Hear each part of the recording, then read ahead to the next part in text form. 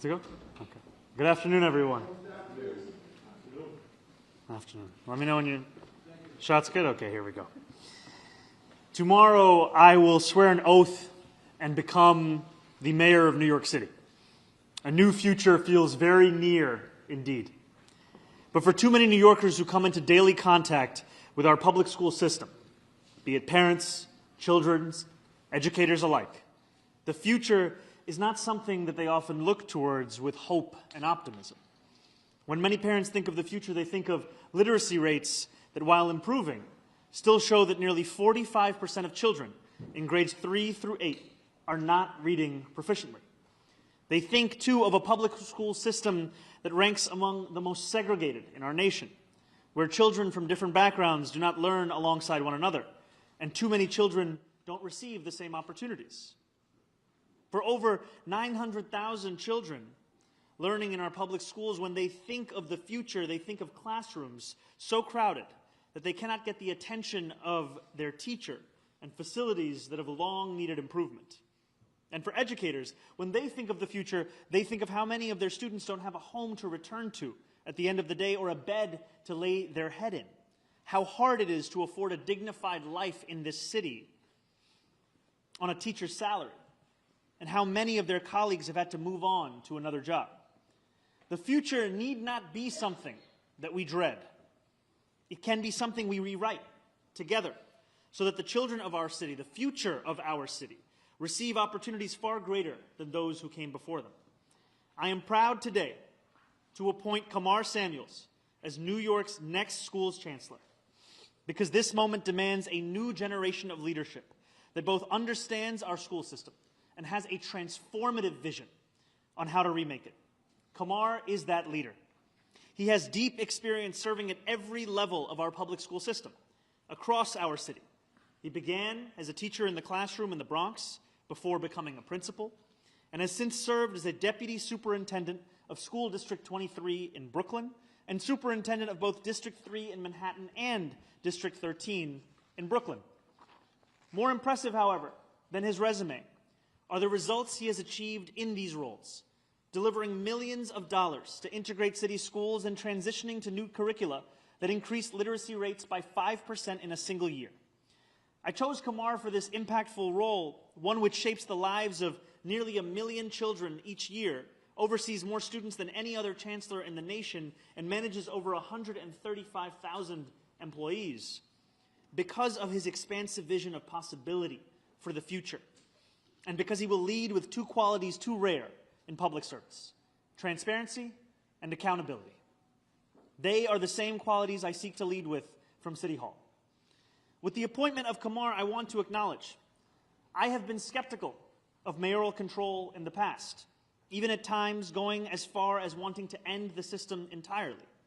This came from a deep frustration with the outcomes we see, and a firm belief that our parents, our teachers, and most of all, our students deserve better, that excellence in government means an excellent public school system. As with every policy position I take, my focus is on outcomes. So though I have held concerns about mayoral control, I also acknowledge that New Yorkers need to know where the buck stops, with me. They need to know to whom they should address their concerns and their fears. They need to have a firm voice in City Hall that they can count on to not only listen, but to also act accordingly. My approach to mayoral control will ensure that community involvement is not ceremonial or procedural, but tangible and actionable. I will work alongside Kamar to engage parents, teachers, and students in decision-making. We will pursue an aggressive democratization agenda to make sure the entire system has a voice. For one, our administration will improve the parent coordinator role to be a meaningful organizer of parents, rather than an administrative coordinator reporting to a principal. We want to restructure how meetings are run so that working parents can actually attend them.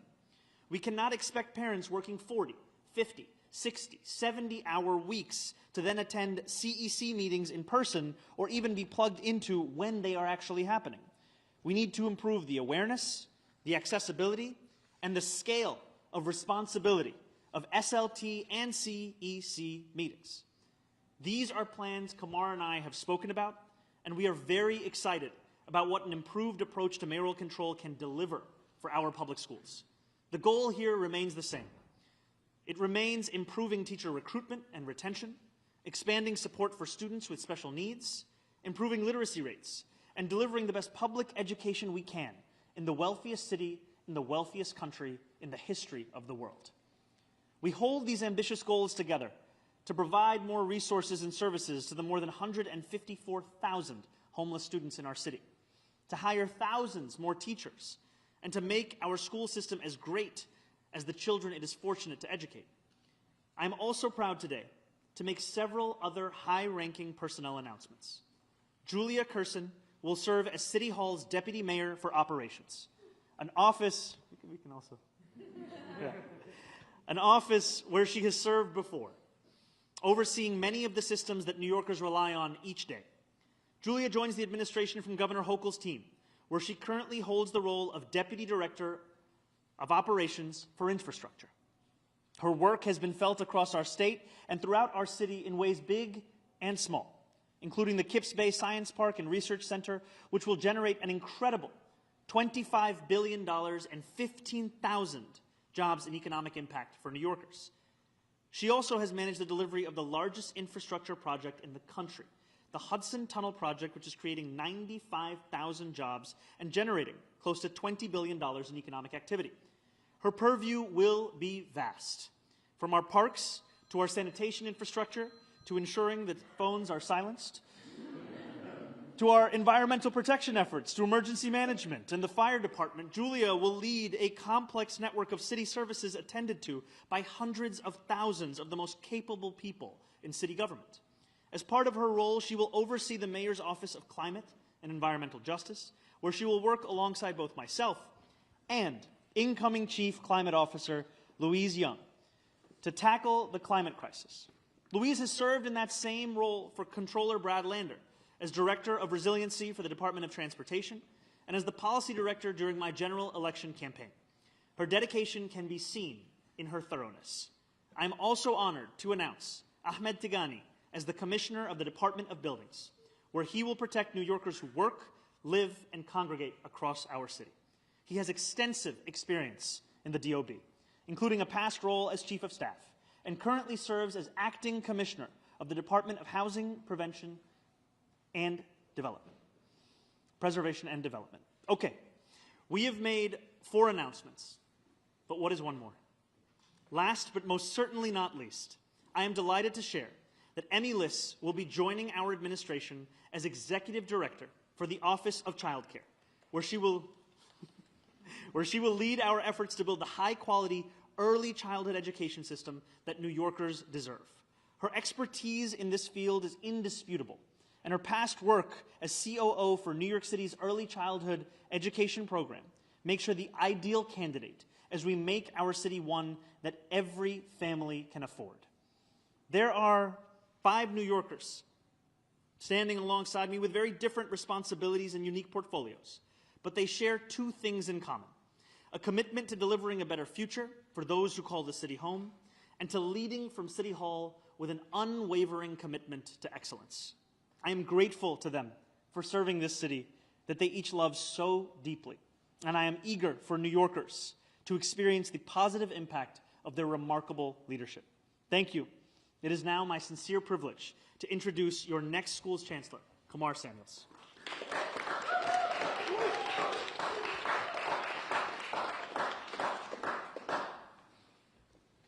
Thank you, Mr. Mayor-Elect. It's an honor to be here and stand before you as the next New York City Schools Chancellor. The most critical decision in a classroom is not simply the curriculum the teacher sets, but when an adult decides a child is worth fighting for. I started my career in an elementary school as an elementary school teacher in the Bronx, standing in front of students who deserved someone who believed